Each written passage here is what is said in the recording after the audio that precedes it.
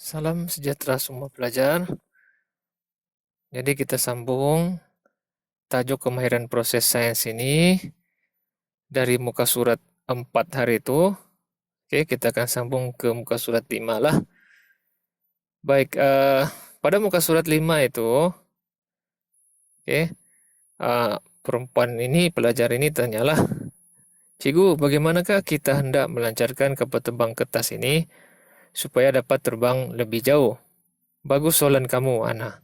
Oke, nama dia Ana.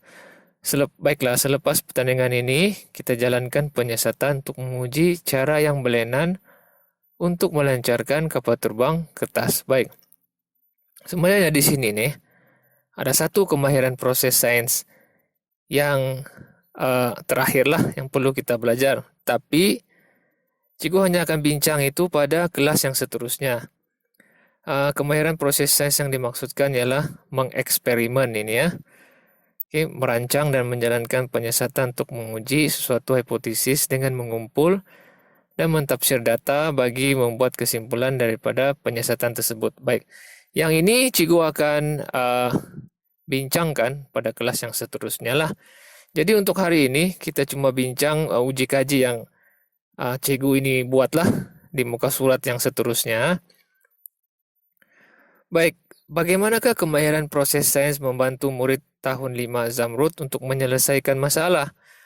Oke, apa masalahnya? Masalahnya dia mau bagaimana dia mau lancarkan kapal terbang kertas supaya terbang lebih jauh. Jadi untuk kita menyelesaikan masalah itu, kita guna kemahiran proses sains dengan menjalankan penyiasatan. Oke, jadi dalam case ini, dalam situasi ini, murid tahun 5 Zamrud ini, dia mau menyelesaikan masalah itu dengan menjalankan penyiasatan untuk mengkaji faktor yang mempengaruhi jarak terbang kapal terbang kertas yang telah dihasilkan. Maksudnya di sini ini kan pelajar ini dia mau tahu apakah yang membolehkan jarak kapal terbang itu terbang lebih jauh. Oke. Jadi sebelum kita pergi ke muka surat 6, kita baca dulu nih. Murid-murid gunakan kertas yang saya berikan sahaja. Oke. Jadi dia mau mengawal pembeli ubah lah. Dia mau pelajar-pelajar itu supaya guna kertas yang sama.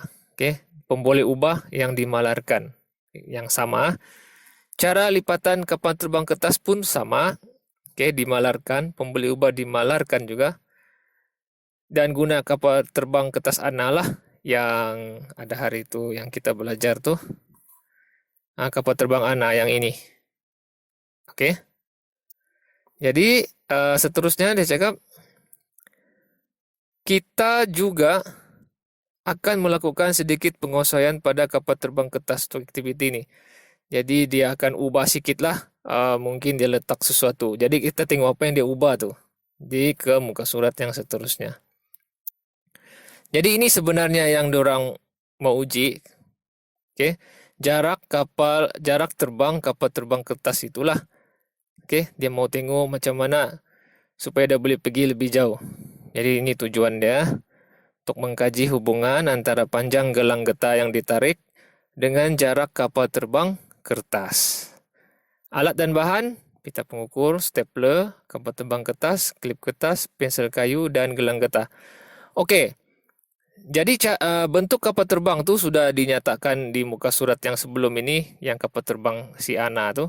Cuma yang bezanya di sini, diletakkan klip kertas. Okey. Kamu boleh tengok di buku teks masing-masing. Lepas tu dia stapler. Dan dia letak ada getah ni sebagai dia punya penarik lah. Okay. Pelepasnya tu. Dia letakkan di pensel situ macam begini. Tarik. Lepas tu dia lepas. Okay. Jadi dalam penyiasatan ini sebenarnya apakah pemboleh ubah yang terlibat di sinilah. Jadi kita kena tahulah. Okay, yang diubah di sini nih, ialah ini ada di sini ya. Ukur langkah 4 hingga langkah 7 dengan menarik gelang getah sepanjang 20 dan 30 cm. Mula-mula dia hanya tarik sampai 10 cm saja pertama. Kedua dia cuba dengan 20 cm dan 30 cm. Bila dia tarik itu, dia akan ukur jarak kapal terbang kertas itu. Nah nih, ukur jarak kapal terbang kertas itu. Kalau dia tarik 10 cm, berapakah jaraknya dia terbang? Oke, jarak yang dilalui oleh kapal terbang itulah.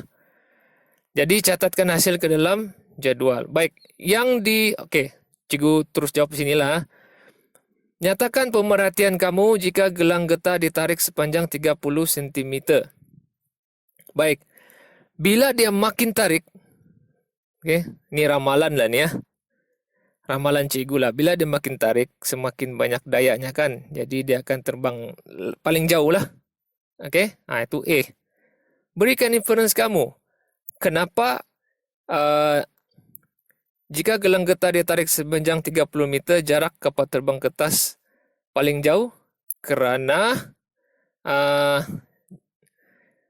daya yang dihasilkan paling besar apabila panjang gelang getah itu ditarik 30 cm.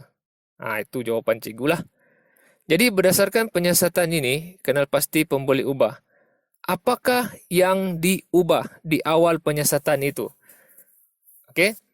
Kalau kita tengok di sini kan, bentuk kapal terbang sama, alat yang diletak pun sama, klip kertas dan getah.